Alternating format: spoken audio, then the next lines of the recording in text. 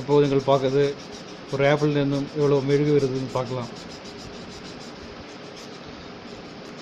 ஒரு மெழுகுவத்தியே தயாரிக்கக்கூடிய மெழுகு இதில் போட்டிருக்காங்க. இது லோக்கல் கடையில் தான் வாங்கினது.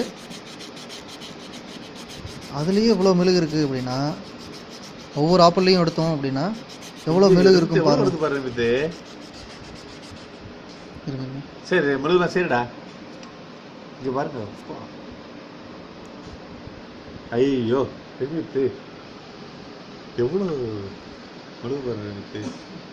திருப்பி சொல்லண்டா அது இந்த தலைவர்களை கீழே போட்டு சன் டிவிக்காக கேமராமேன் தினேஷ் கூட சேர்த்து நாகராஜ். மூஞ்சி எடுக்காது. அப்லோட் பண்ண போகிறோம், சாய்ஸ்குள்ளே போட போகிறோம். இன்னும் வந்துட்டே இருக்கிறேன்.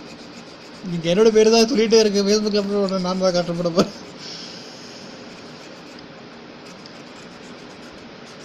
ஆப்பிள் பழம் சாப்பிடும்போது பார்த்து வாங்கி சாப்பிடுங்க. அது சைனாக இருந்ததுன்னா வாங்கி சாப்பிடாதீங்க. நம்ம நாட்டு பழம் ஏதாவது இங்கே லோக்கலில் பழம் கிடச்சிதுன்னா சின்ன சின்ன ஆப்பிள் இருந்ததுன்னா அதை வாங்கி சாப்பிடுங்க. இது வீட்டில் ஆப்பிள் இருந்தால் அப்படியே சாப்பிடுது. ஆமாம், வாங்கிட்டு வந்தீங்கன்னா இந்த மாதிரி சுடுதண்ணில் போட்டிங்கன்னா சரி இதாயிரும், உருகிடும். ஆப்பிளே உருகக்கூடிய நிலவையில் இவ்வளோ மெழுகு போட்டு வச்சுருக்காங்க. போதும் இந்த வீடியோ போதும். காமி கிடச்சி காமிங்க, கரெக்ட் பண்ணி காமிங்க.